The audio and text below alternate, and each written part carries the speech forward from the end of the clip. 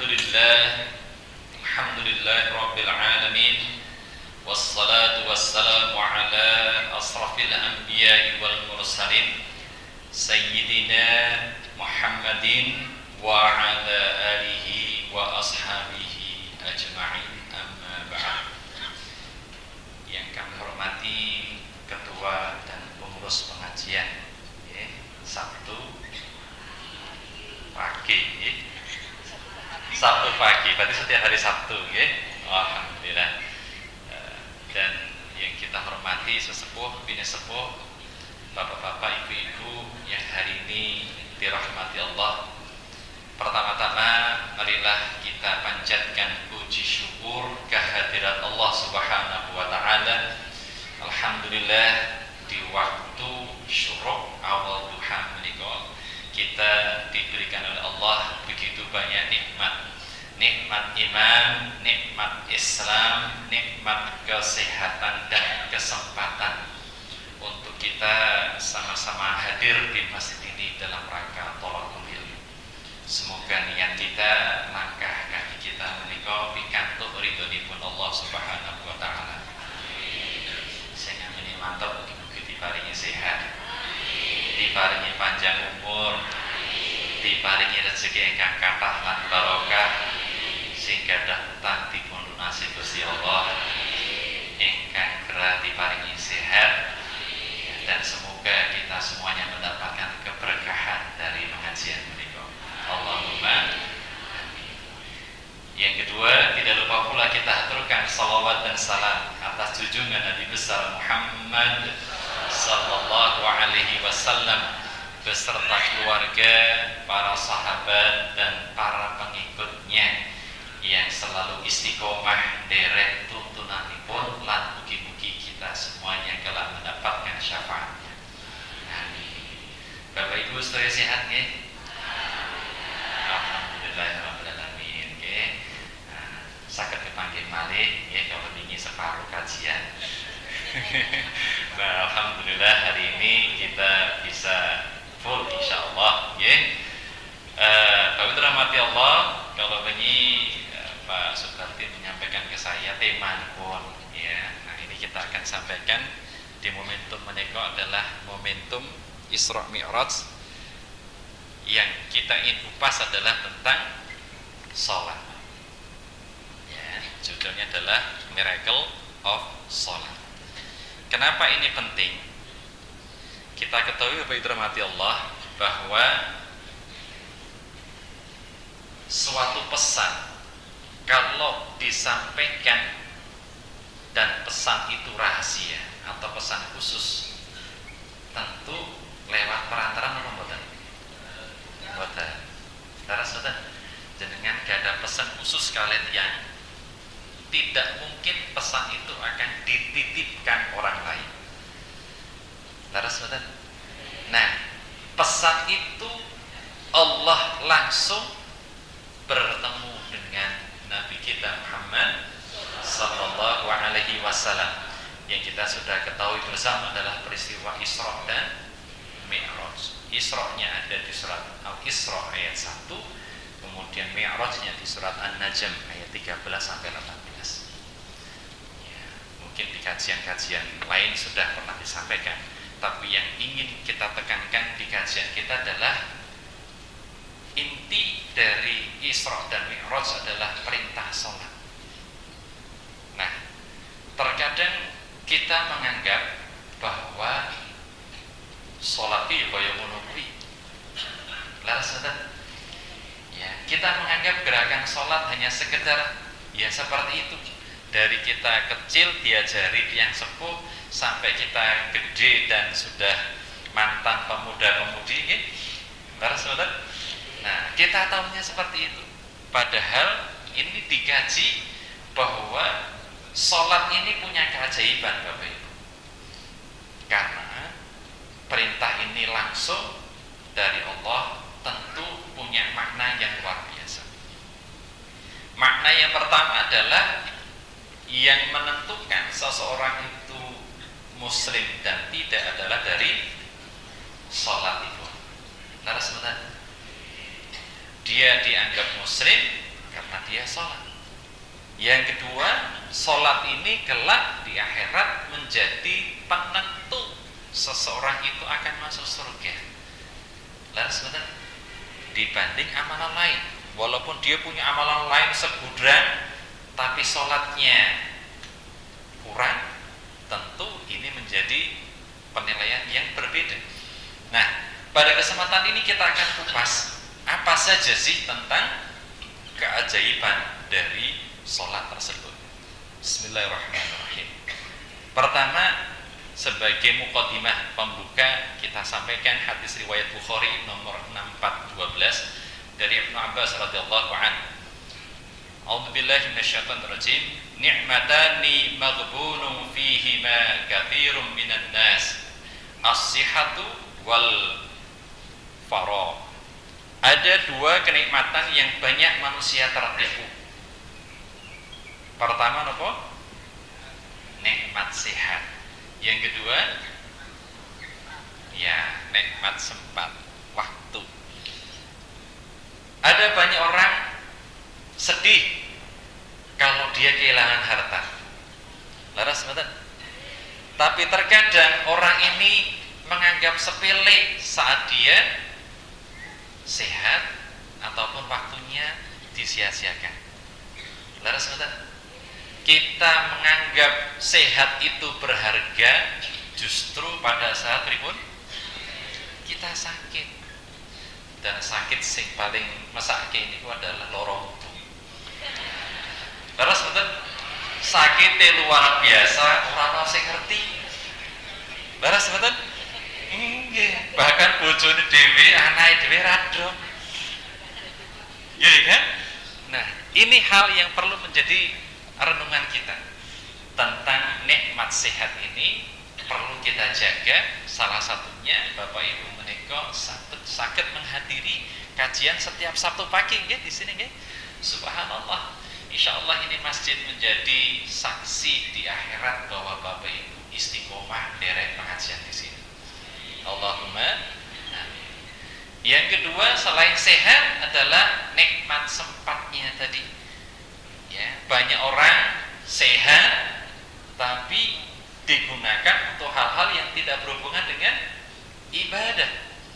Laras betul? Pagi-pagi sudah ada belanja ke pasar. Laras betul?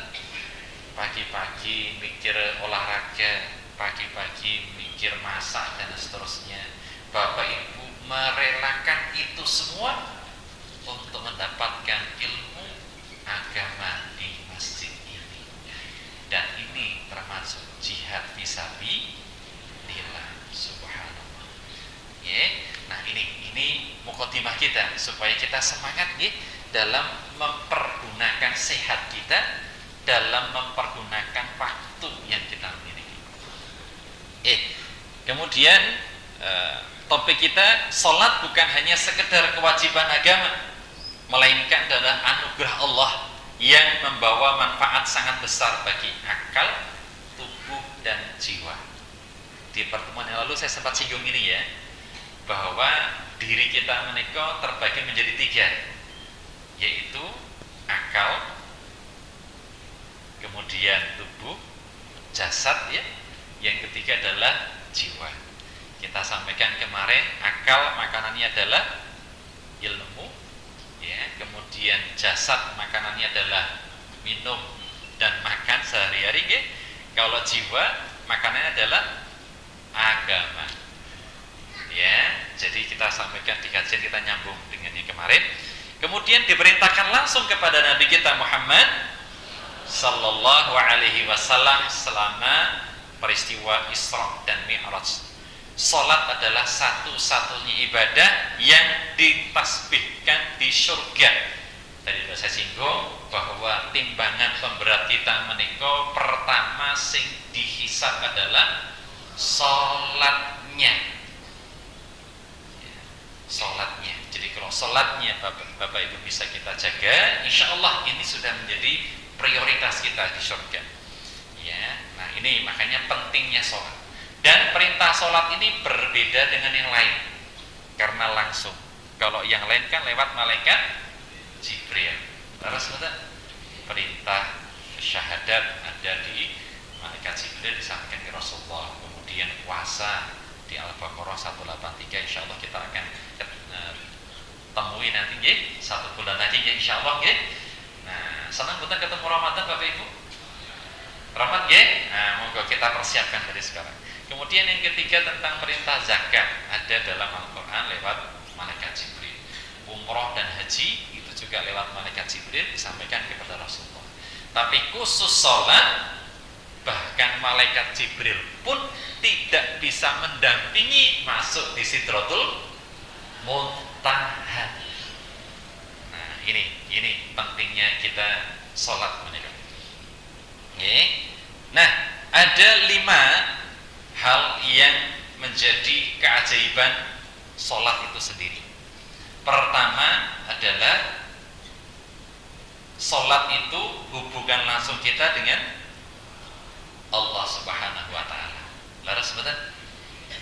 Ya, tidak ada interaksi yang paling baik antara kita seorang hamba kepada Al-Khaliq Allah kecuali sholat. Ya, jadi sholat itu paling utama. Bahkan kalau tadi kita tadarus, masya Allah, ibu tadi suaranya merdu sekali, ya. Nah, oke. Jadi itu dibaca pada saat sholat, masya Allah, pahalanya paling tinggi. Nah, makanya ini kadang-kadang ujiannya waktu taraweh, ya kan? Nah, taraweh kalau di tempat kita menikah, kalau sok niteni niku kalau pas kajian buka bersama niku sok domil jadwal. Jadwal apa Bu, Pak? Mengko sing dadi imam tarawih sapa? Nggih? Nah, waduh kok imame kok kae. Bacaane pripun? Kok saged jawab mriki? Berarti pengalaman juga di sini, kan? Nah, padahal sebetulnya itu maknanya pihak takmir ingin Bapak Ibu di malam itu mendapatkan pahala sholatnya itu lebih dari yang lainnya. Janjane ngeten niku. Cuman karena dereng ngerti ilmune pripun? Sing penting golek sing cepet. Ya, tapi nggak masalah ya. Yang penting kita istiqomah. Ya, mereka. Jadi sholat ini adalah satu-satunya interaksi yang paling dekat antara seorang hamba dengan Khaliq, yaitu Allah Subhanahu wa Ta'ala. Ya. Nah, disebutkan dalam hadis Rasulullah sallallahu alaihi wasallam, ya. Aqrabu ma yakunul 'abdu mir rabbih wa huwa sajid fa'akthirud du'a.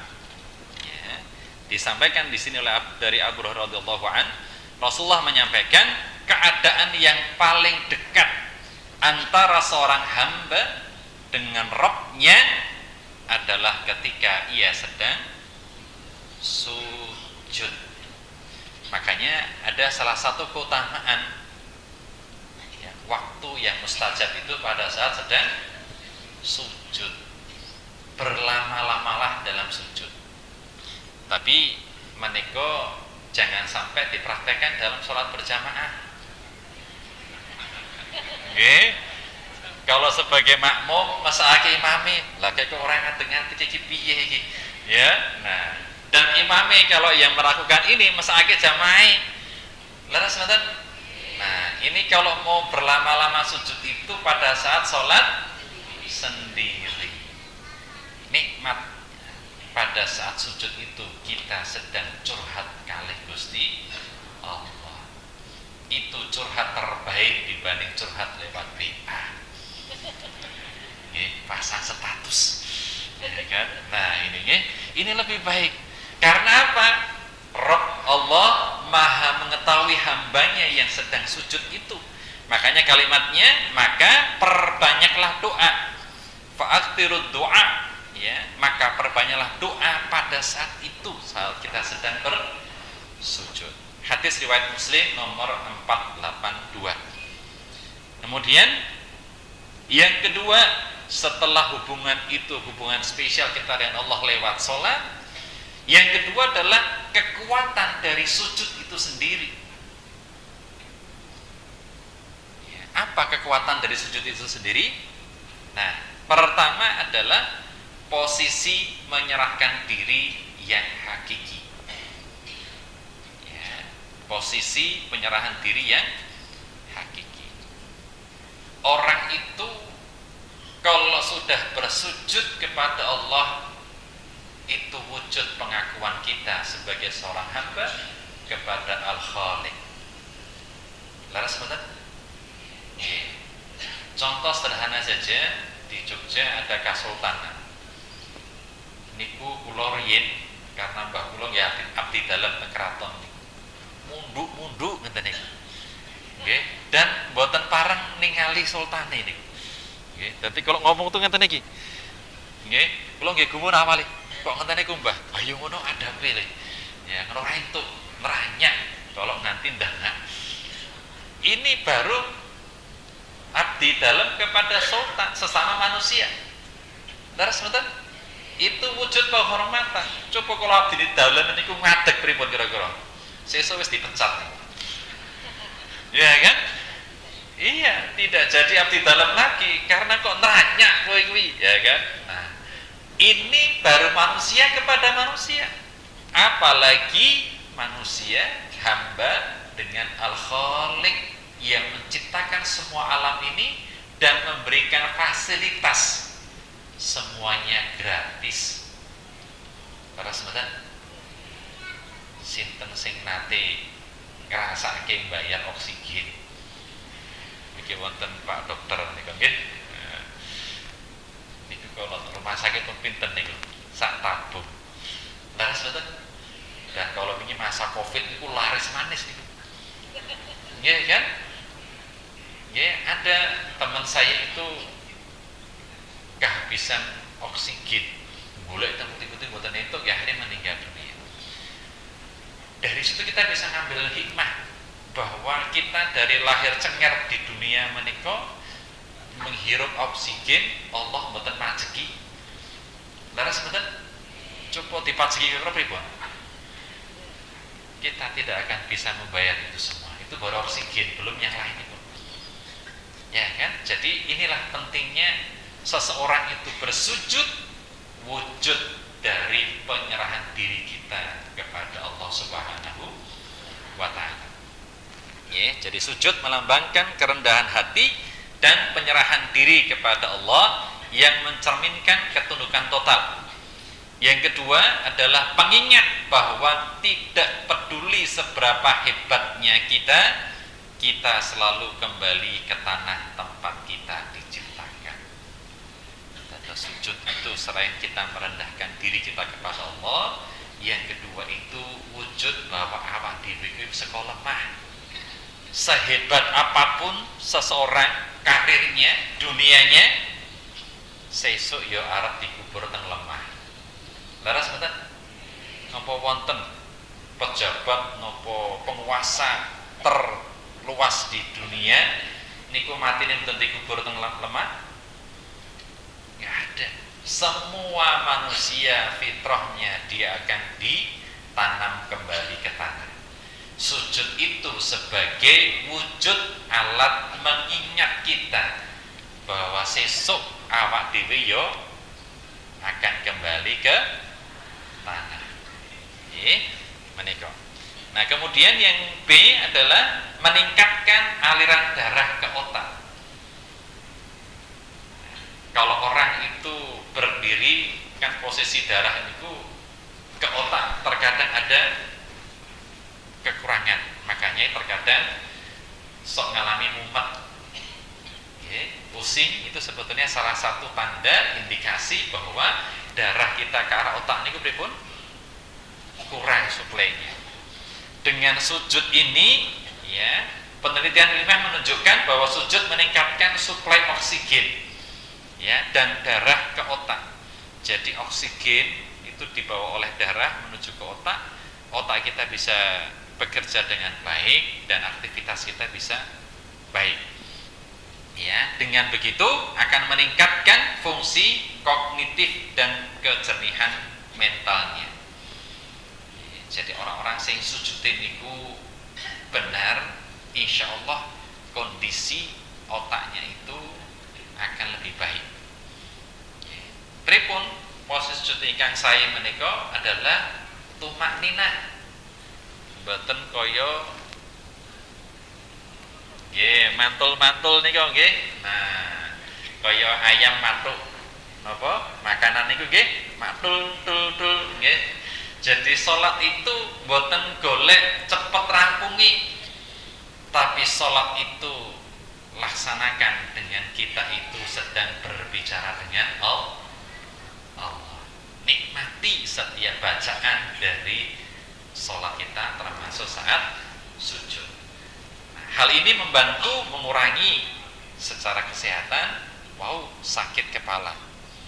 Jatuh kalau yang sing sok gampang mumet niku dengan salat sunah perbanyaklah napa sujud, karena itu akan membuat aliran darah kita lebih baik. Kemudian sing sok stres, makanya Rasulullah pernah menyampaikan, kalau engkau sedang marah dari posisi berdiri pripun? Duduklah. Kalau duduk masih emosi, ambil air wudu, nggih. Nah, kalau ambil air wudu masih panas, sholatlah. Ya kan, artinya diperintahkan wudu supaya hawa panas dalam tubuh kita, emosi itu akan bisa berkurang, kalau bisa hilang. Kalau masih terasa, sholat. Salah satunya adalah untuk sujud. Ya. Nah, ini pentingnya kita memahami dari gerakan sholat itu. Kalau kita lakukan dengan benar, insya Allah akan membawa manfaat yang baik. Jadi sakit kepala, stres, depresi itu akan bisa diantisipasi. Kemudian yang ketiga adalah menetralkan energi negatif. Ini terkadang tidak pernah kita sadari Bapak Ibu, kita menika berinteraksi dengan siapapun, terkadang ada energi yang tidak kita sadari masuk ke dalam diri kita. Contohnya nopo? Kalau kita berhubungan dengan orang-orang yang berpikir positif, awalnya kita negatif, akhirnya pripun? Energi positif itu akan masuk ke dalam diri kita. Leres betul? Contoh sederhana, jenengan bergabung ikut kajian-kajian, artinya jenengan ikut komunitas orang-orang yang soleh dan solehah. Leres betul? Dalam pengajian tentu kita akan dapat ilmu agama yang baik. Salah satunya adalah kita berinteraksi, muamalah sesama muslim yang baik. Contoh sederhana, senyum mau. Kita senyum, orang yang kita ajak senyum pripun? Senyum. Energi positif itu tertular kan? Tapi sebaliknya ada orang cemberut pripun? Nah, secara nggak langsung kita sudah kena energi negatif itu. Ya kan? Apalagi lagi jodohan, waduh tambah apet itu. Ya kan? Nah, ini energi negatif ini terkadang tidak kita sadari ada dalam kehidupan kita sehari-hari. Caranya supaya ini bisa hilang adalah bersujud.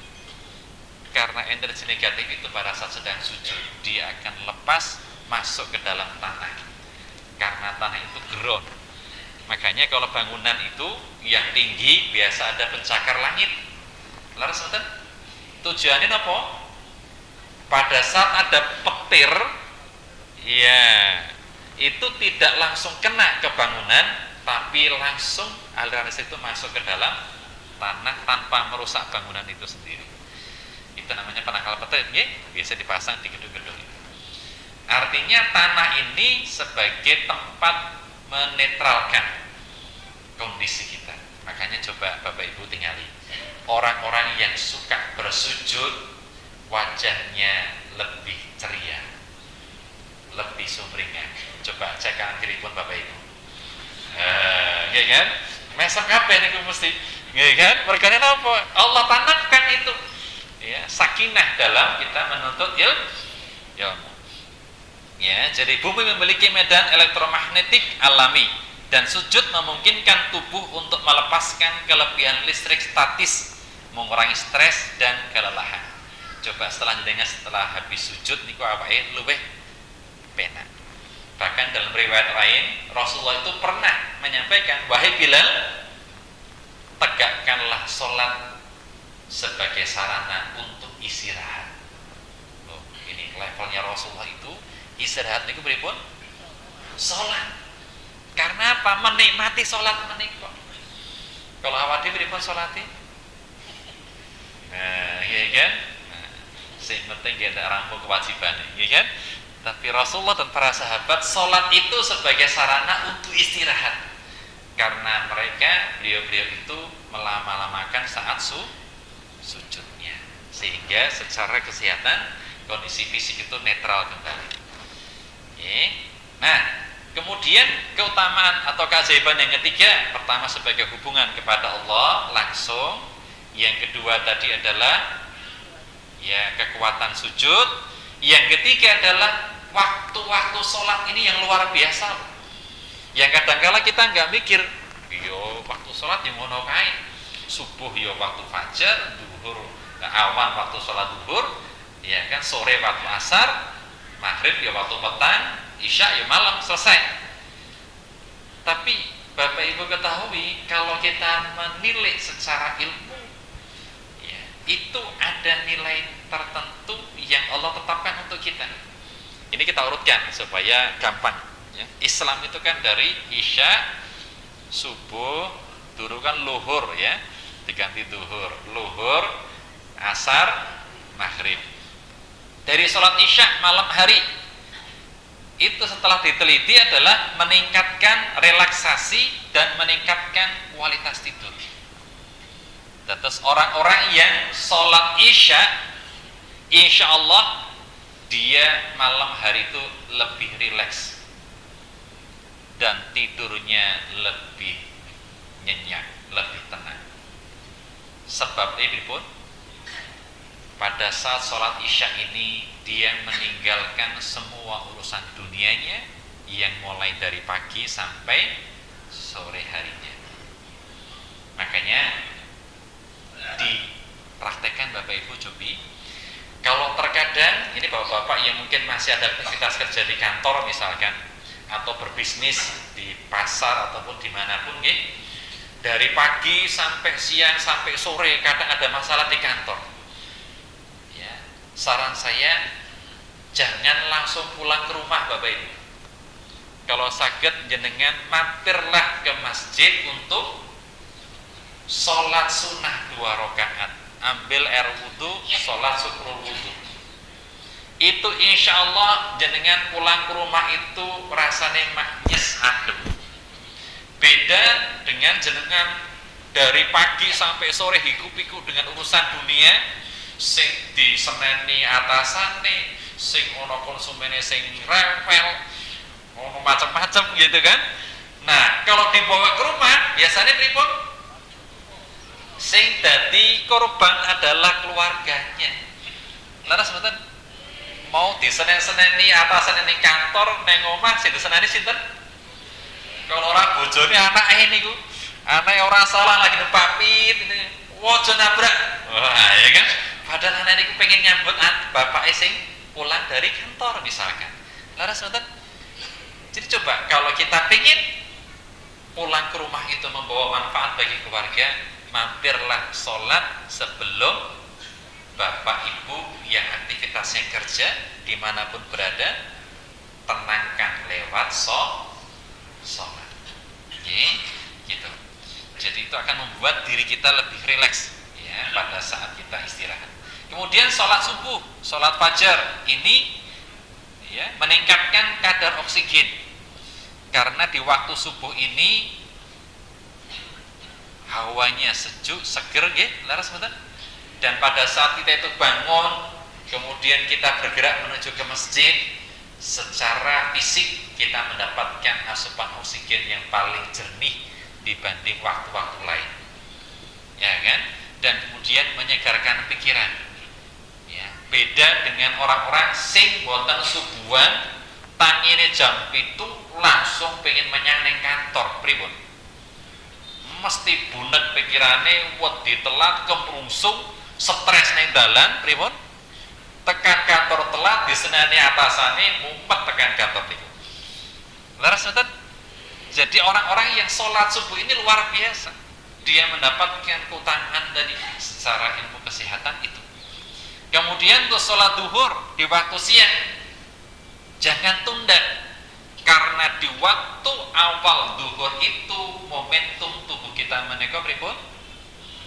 Pada saat tubuh ini lelah, butuh istirahat. Ibaratnya motor nopo mobil pun dienggo nganti mesinnya panas pripun? Jangan dipaksakan. Makanya pripun?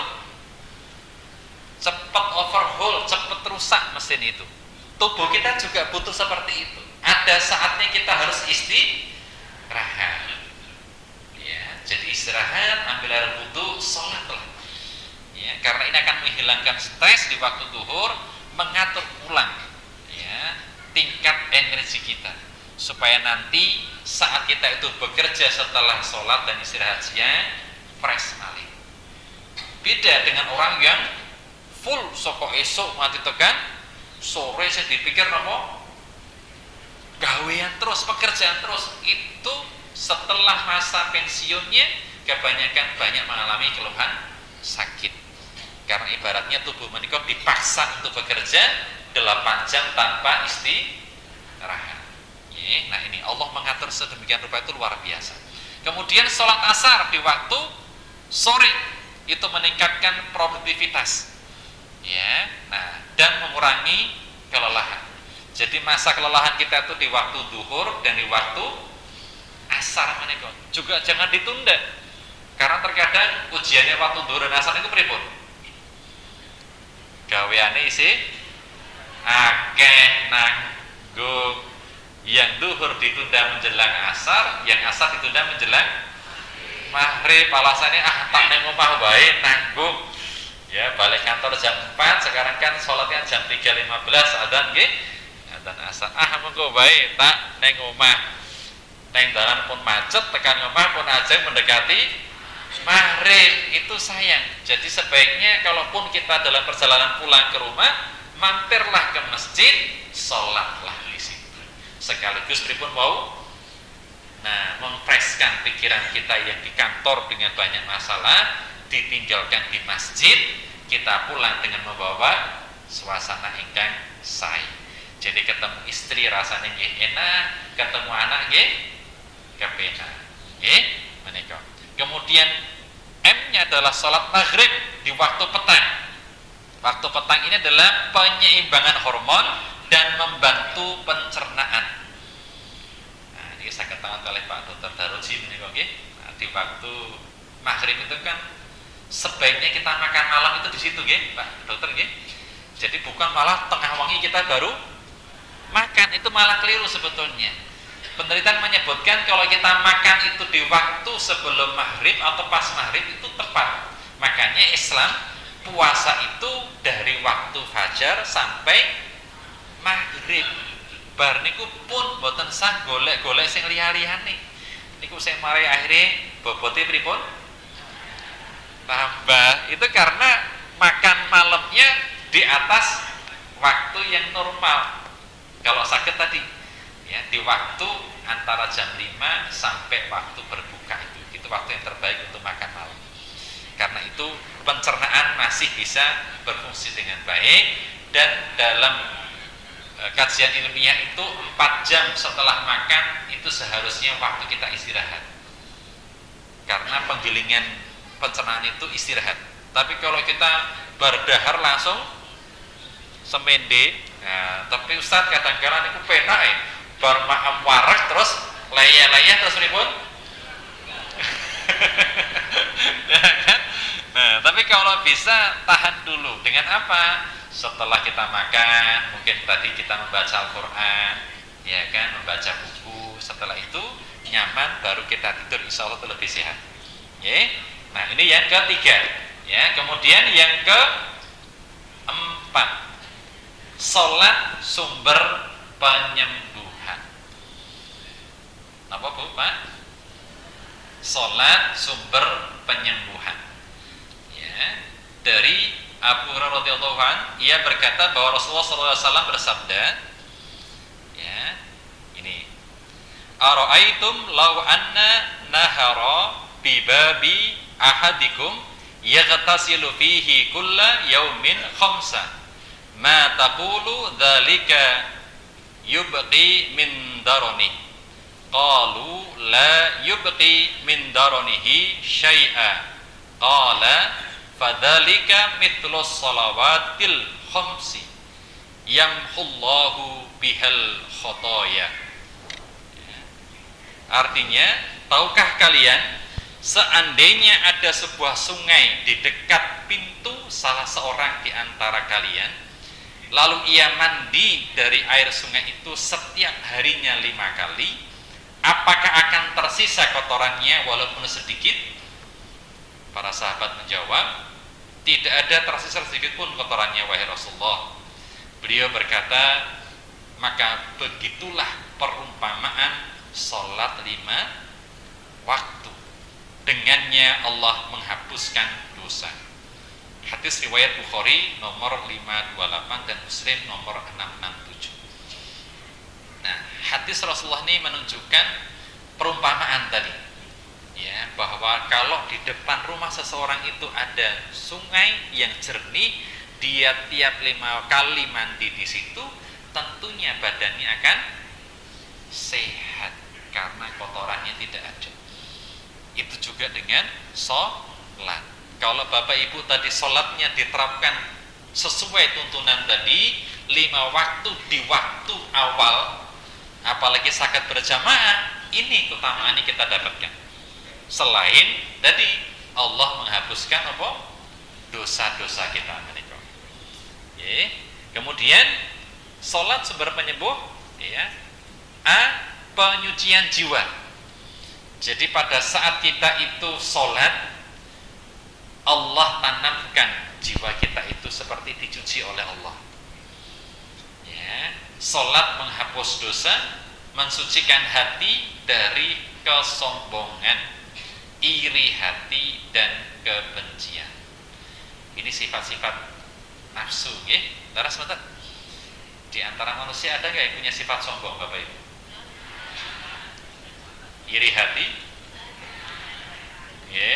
Kebencian, insya Allah teman kita benar-benar, ya. Itu yang menjawab masjid, ya.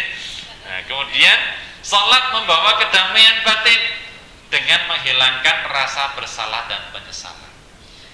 Terus kalau kita itu ada salah sedikit, salatlah, karena akan membawa ketenangan dalam jiwa kita. Laras sebentar. Jadi, wah, aku mau ngerasani tonggoku. Ya kadang-kadang kan kalau kita ngobrol sendiri sama teman itu kan sebenarnya niku nggih, ngobrol pertama iki sing apik, tapi kesuwen susah pripun? Kentean bahan itu sudah mulai ngerasani niku. Ya kan? Nah, setelah itu kita sadar, salatlah sebagai penyembuh dan penghapus dosa kita. Ya, menika. Kemudian yang B adalah penyembuhan fisik. Jadi setelah jiwa kita akan obati dengan sholat, kemudian penyembuhan fisik.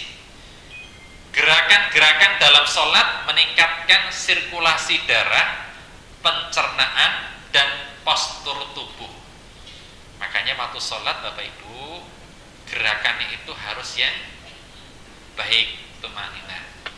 Contoh, kita ngangkat tangan takbir, niku pripun angkat tanganipun? Kalau sakit bisa ditarik sampai seperti ini, ya, bisa seperti ini bawah telinga atau seperti ini, ya. Nah gitu, jadi jangan sampai males, ya kan, kalau yang ngawing-ngawing tadi gini. Nah ini gerakannya yang kurang pas, tahan sebentar, ya, tahan, baik di bawah telinga ataupun seperti ini, karena pada saat kita menahan gerakan itu, aliran darah pripun akan tertarik ke organ tersebut, kemudian dilepaskan lagi dengan gerakan selanjutnya. Jadi bukan cuma sekedar.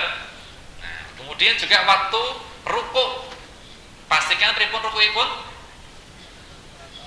ya, posisinya itu tegak lurus, ya, boten melengkung, ya, karena kalau tegak lurus ini jenengan coba bisa rasakan, kalau rukuk jenengan itu sampai otot di belakang lutut itu, nggih, ketarik, itu posisi rukuk yang benar. Kalau ketarik itu seperti kita olahraga itu kan, posisi darah kita itu akan lebih lancar lagi sirkulasinya. Ya, nah ini kemudian tadi kita sampaikan posisi sujud juga jangan mantul, nggih, kaya cuman matuk ngoten niku nggih, termasuk rukuk ini juga banyak kayak gitu. Oh ya cepet pripun? Rukuke mantul. Wih, ngene niki. Niki mboten leres. Nggih, ini tidak akan memperbaiki fisik kita. Makanya kalau Bapak Ibu ketahui di zaman Rasulullah dan para sahabat jarang orang itu mengalami sakit. Bahkan termasuk di tanah suci menika rumah sakit niku kebanyakan pasiennya malah orang Indonesia. Saya tilik jamaah haji yang sakit itu di bangsal-bangsalnya itu Indonesia semua kebanyakan. Gumpul kula niku. Tiyang Arab hitam putih jarang sakit. Salah satunya boleh jadi karena ini sholatnya, ya, yang membuat mereka terjaga kesehatannya. Ya, nah kemudian dari hal itu gerakan sholat tadi ya bisa mencegah penyakit, contoh seperti radang sendi, hipertensi dan masalah jantung. Sholat yang teratur mengurangi penyakit yang disebabkan oleh stres. Ya, jadi kalau kita itu stres, sholatlah, insya Allah stresnya akan hilang. Karena stres itu jangan-jangan kan memendam masalah. Leres betul? Saat kita itu menyerahkan kepada Allah, lepas itu stresnya. Kemudian yang ketiga, penyembuhan emosional. Ya, sholat membantu mengatasi kecemasan dan kesedihan. Sinten di antara kita sepanjang hidup tidak pernah cemas? Angkatan ibu, sepanjang hidup orang tahu sedih, senang terus, mulai sekian lahir tekan saya niki, wonten? Tidak. Setiap diri kita pasti pernah mengalami kecemasan, pernah mengalami kesedihan. Bagaimana cara obatnya? Sholat. Kita akan menyerahkan urusan hidup kepada Allah. Ya, kemudian sholat memberikan rasa pengharapan kita kepada Allah. Ya, menika. Nah, kemudian diriwayatkan dari Imam Abu Dawud rahimahumullah atau sepan mawon iki ya. Jadi Sunan Abu Dawud nomor 4333 telah menceritakan kepada kami, Musaddad berkata telah menceritakan kepada kami, Isa bin Yunus berkata telah menceritakan kepada kami, Mis'ar bin Kidam dari Amru bin Murrah dari Salim bin Abul Ja'du. Ia berkata seorang laki-laki Mis'ar berkata, menurutku lelaki itu berasal dari Khuza'ah, berkata seandainya aku sholat niscaya aku dapat istirahat. Ini tadi dalilnya yang saya sampaikan ya. Dan seakan-akan orang-orang yang mencelanya karena ucapannya itu, maka ia pun berkata, aku mendengar Rasulullah SAW bersabda, wahai Bilal, dirikanlah sholat, buatlah kami istirahat dengannya. Subhanallah. Jadi golongan para sahabat sekelas Rasulullah menika istirahatnya pripun? Sholat. Luar biasa. Nah ini. Kemudian selain itu juga tentang sholat ini diteliti ya oleh salah satu profesor namanya Harold Koenig MD, profesor kedokteran dan psikiater ya dari Duke University School ya, of Medicine US ya. Nah, beliau menyampaikan bahwa orang-orang religius itu cenderung hidupnya lebih sehat dan juga lebih lama. Coba cek Bapak Ibu, leres mboten iki? Tiang-tiang sing taat dumateng Allah itu secara kesehatan lebih tenang dibanding orang yang jauh dari agama. Ini yang meriset bukan orang Islam bahkan, tapi orang non Muslim yang tinggal di Amerika. Ya, nah, karena mereka juga tidak merokok dan tidak minum alkohol. Salah satunya secara ilmu mereka seperti itu. Ya. Nah, kemudian beliau juga sampaikan faktanya orang-orang yang rajin beribadah juga lebih jarang sakit. Ya, nah Penelitiannya, satu, orang yang jarang beribadah akan menghabiskan waktunya rata-rata 3 kali lebih lama saat dirawat di rumah sakit. Jadi kalau tiang sing ora tau ngibadah niku teng rumah sakit niku mesti omongannya cuma gersulo terus. Leres mboten? Beda kali tiang sing taat. Niku contohnya mawon. Nggih, karena saya tinggal di Winata tuh dekat dengan PKU. Kalau saya bawa bapak ibu saya itu kontrol tuh. Kalau sing mboten taat niku ono bapak kula terus iki. Cuma orang terus karena tidak yakin bahwa sakit itu adalah cara Allah menggugurkan dosanya. Kalau orang yang beriman pripun? Sakit bersabar, alhamdulillah, berarti dosaku mulai digugurkan oleh Allah. Jadi dia akan istiqomah menerima sakitnya apapun bentuknya. Tetap ikhtiarnya kita berobat ke dokter juga, ya kan? Kemudian yang kedua, pasien gangguan jantung 14 kali lebih mungkin meninggal setelah operasi bila mereka tidak rajin beribadah karena tertanam rasa khawatir dalam hidupnya. Kemudian yang ketiga, orang tua lanjut usia yang jarang atau tidak beribadah 2 kali lebih berisiko terkena stroke dibandingkan yang rajin beribadah. Terutama tadi waktu kita sedang sujud, berlama-lamalah kita sujud. Makanya Rasulullah mencontohkan kalau sholat sunnah sebaiknya di rumah. Maknanya salah satunya kalau kue Arab sholat suwe terhindar dari sifat riya. Laras betul? Kalau sholat suwe ning masjid kan, nah orang sing ngalem wah kayak luar biasa sholatnya suwe tenan. Tapi kalau di rumah tidak ada yang tahu kecuali dirinya dengan Allah. Itu salah satu maknanya kenapa sholat sunnah itu sebaiknya di rumah. Kalau jenengan pengen disuwek-suweke bacaane, disuweke sujute, monggo. Ya, enggak. Disuweke nggih. Nah, nggih berlama-lamalah dengan sholat, nggih. Yang keempat adalah orang-orang yang religius memiliki tingkat kematian 40% lebih rendah akibat penyakit kardiovaskuler dan kanker. Jadi salah satu keutamaan orang-orang yang rajin sholat dan puasa terutama ini menurut penelitian bisa menghancurkan sel-sel jahat dalam tubuh kita. Makanya Islam itu kan ada waktu puasa, salah satunya puasa Ramadan, dan kalau bisa ditambah puasa sunnah Senin Kemis, Yaumul Bid, kalau kuat lagi tambah apa? Daud. Nah itu orang-orang yang rajin berpuasa itu insya Allah fisiknya lebih sehat, ya, karena Allah itu menetapkan hukum demi kebaikan manusia itu sendiri. Contohnya kita punya motor, sepeda motor, ya, sepeda motor baru kita beli mesti ada buku petunjuk penggunaan. Leres mboten? Kira-kira kalau awak dhewe ngeyel saged mboten? Saged mboten? Nggih saged. Motor-motorku dhewe kok, ya kan? Ora tak ganti oli terserah aku. Tapi sing cilaka sinten? Nggih, walaupun tuku anyar cepet rusak karena petunjuk penggunaan pabrik dilanggar. Sama seperti kita Bapak Ibu, kita itu produk ciptaan Allah.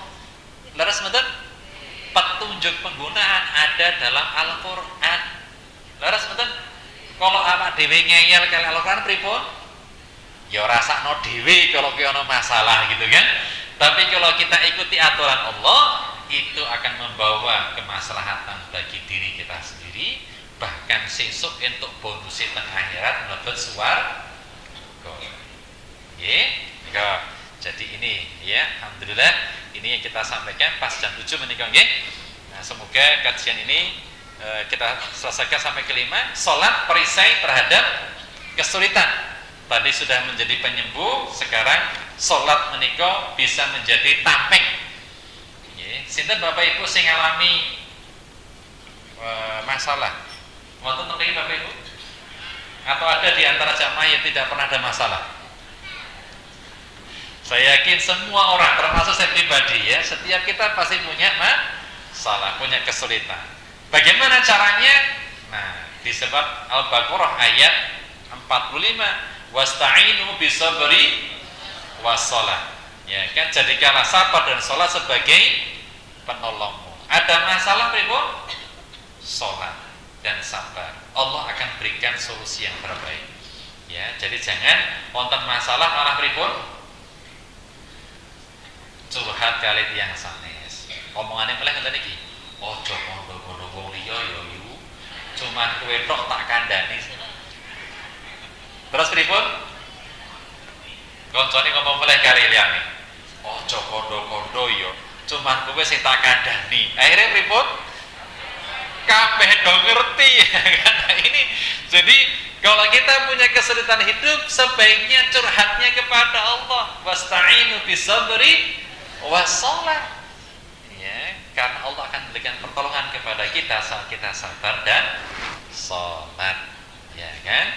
Kemudian yang selanjutnya hadis Rasulullah, ya, riwayat Ahmad dan Abu Dawud dari kitab Durul Mansur, ya, mereka disampaikan dari Sayyidina Hudzaifah radhiyallahu anhu, dia berkata, apabila baginda Rasulullah sallallahu alaihi wasallam menemui suatu kesulitan, maka beliau bergegas mengerjakan sholat. Jadi kan saged bayangke sekelas Rasulullah niku nggih gadah kesulitan, tapi Rasulullah pripun? Langsung sholat, bersegera sholat. Awak dhewe dudu nabi, dudu rasul, kok ana kesulitan, rapopo iso tak atasi dhewe, ya kan? Nah, ini orang-orang yang merasa dirinya tidak yakin dengan haknya Allah. Tapi kalau kita meyakini kesulitan itu adalah titipan dari Allah kepada kita, solusinya pasti dari Allah Subhanahu wa taala. Nggih, menika. Nggih. Nah, tantangan modern dan solusi salat. Kalau orang-orang yang suka stres dan cemas, ya, dengan salat insyaallah membawa ketenangan. Yang kedua, kalau orang itu depresi, ya, dengan sholat dia akan menanamkan harapan dan ketahanan emosionalnya. Yang ketiga, kalau seseorang mengalami kesepian dalam hidupnya, dengan sholat dia akan meyakini ada Allah yang membuat hatinya tidak kesepian lagi. Laras betul? Ya kan. Kemudian yang keempat, kalau seseorang itu kurang disiplin, dengan sholat dia akan tahu bagaimana memanajemen waktunya. Sholat 5 waktu tadi, ya kan? Nah, niki pun jam itu lewat, ya. Kesimpulan terakhir, sholat adalah keajaiban ilahi yang menyehatkan jiwa, memperkuat tubuh dan menenangkan pikiran. Sholat lebih dari sekedar ritual. Ini adalah sebuah perjalanan spiritual, latihan fisik dan terapi emosional, semuanya menjadi satu. Dengan melaksanakan sholat dengan tulus dan khusyuk, insya Allah dapat merasakan kedamaian batin, barokah dan kesehatan holistik kita. Semoga ini bisa bermanfaat untuk kita semuanya. Monggo Bapak Ibu kita jaga sholat kita, ya, tambah lagi dengan sholat-sholat sunnahnya. Kemudian tanamkan sholat kita itu dengan khusyuk tumaninah, ojo nganti golek cepetin gendang rampung sholatnya, ya kan? Rasakan sholat itu membawa dampak yang baik untuk tubuh kita, untuk aktivitas kehidupan kita. Semoga ini bermanfaat untuk kita semuanya, dan mohon maaf ya Bapak Ibu apabila ada kesalahan dalam saya menyampaikan. Saya akhiri, wabillahi taufiq wal hidayah. Wassalamualaikum warahmatullahi wabarakatuh. Oke, monggo kita doa sebelum kita tutup. Kita mulai dengan kitab Al-Fatihah. A'udzu billahi minasyaitonir rajim. Bismillahirrahmanirrahim. Alhamdulillahi rabbil alamin. Ar-Rahmanir Rahim. Maliki yaumiddin. Iyyaka na'budu wa iyyaka nasta'in. Ihdinas siratal mustaqim. صراط الذين أنعمت عليهم غير المغضوب عليهم ولا الضالين آمين اللهم صل على محمد وعلى آله وصحبه وسلم Allahumma ighfir li wa li walidayya warhamhuma kama rabbayani saghira. Allahumma ighfir lil muslimina wal muslimat wal mu'minina wal mu'minat al ahya'i minhum wal amwat innaka sami'un qarib mujibu da'wat faya qadiyal hajat. Allahumma inni as'aluka ilman nafi'a wa rizqan tayyibah wa amalan mutaqabbala. Allahumma kfini bi halalika an haramika wa aghnini bi fadlika amman siwak. Allahumma inni a'udzu bika minal hammi wal hazani wa a'udzu bika minal ajzi wal kasali wa a'udzu bika minal jubni wal bukhli wa a'udzu bika min ghalabati daini wa qahri rijal. Rabbi habli minas salihin, Rabbi habli minas salihin, Rabbi habli minas salihin. Allahumma ij'al auladana auladan salihin hafidhina lil Qur'ani wa sunnah fuqahaa fid dini mubarakah hayatuhum fid dunya wal akhirah. Rabbana hab lana min azwajina wa dhurriyyatina qurrata a'yun waj'alna lil muttaqina imama. Ya Allah, ya Tuhan kami, berkailah pengajian Sabtu pagi ini ya Allah. Jadikanlah seluruh jamaah yang hari ini hadir Engkau berikan keberkahan dalam hidupnya ya Allah. Tetapkanlah kami dalam iman dan Islam. Jagalah keistiqomahan kami dalam beribadah kepadamu. Jagalah salat kami. Jagalah ibadah apapun yang kami lakukan hanya berharap ridha darimu ya Allah. Allahumma barik lana fi Rajab wa Sya'bana wa balighna Ramadan. Ya Allah, berkailah kami di bulan Rajab, berkailah kami di bulan Sya'ban ini, pertemukanlah kami dengan bulan Ramadan ya Allah. Berilah kesempatan untuk kami beribadah bulan Ramadan dengan seoptimal mungkin ya Allah. Ya Allah, jadikanlah anak cucu kami menjadi generasi anak-anak yang saleh dan salihah. Jadikanlah keluarga kami keluarga yang sakinah mawaddah warahmah ya Allah. Berikanlah kebahagiaan kami di dunia dan kumpulkanlah kami kelak di syurga-Mu ya Allah. Allahumma inna nas'aluka salamatan fid din wa afiyatan fil jasadi wa ziyadatan fil ilmi wa barakatan fil rizqi wa taubatan qabla al maut wa rahmatan 'indal maut wa maghfiratan ba'dal maut. Allahumma hawwin 'alaina fi sakaratil maut wan najata minan nar wal 'afwa 'indal hisab. Rabbana la tuzigh qulubana ba'da idh hadaitana wa hab lana min ladunka rahmah innaka antal wahhab. Rabbana atina fid dunya hasanah wa fil akhirati hasanah wa qina adzabannar walhamdulillahi rabbil alamin. Terima kasih. Wabillahi taufiq wal hidayah. Assalamualaikum warahmatullahi wabarakatuh.